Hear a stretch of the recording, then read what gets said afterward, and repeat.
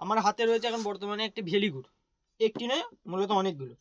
ডাক্তারেরা সাধারণত ভেলিগুড় বা গুড় খাবার পরামর্শ দেয়, চিনি খেতে বারণ করেন।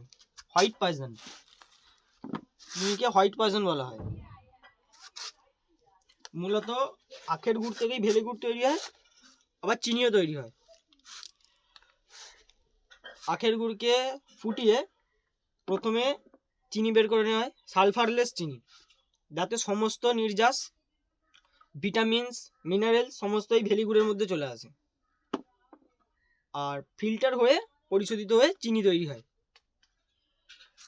এটা প্রধানত অল্প তিতো প্রকৃতির হয়, সেই জন্য এটা কিছু মানুষ খেতে অপছন্দ করলেও এটা খাওয়া স্বাস্থ্যের জন্য খুবই উপকারী।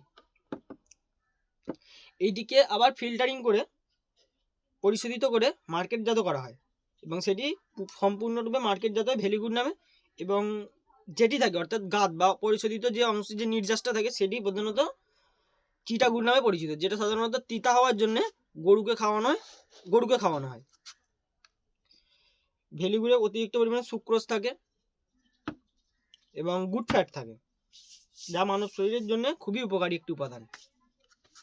এছাড়া এই ভেলিগুড় যদি খাওয়ার পরে অল্প একটুখানি খাওয়া যায় রসগোল্লার বদলে, তাহলে খাবার হজম করতে দ্রুত সহায়তা করে। এটি খুবই একটি গুরুত্বপূর্ণ উপাদান।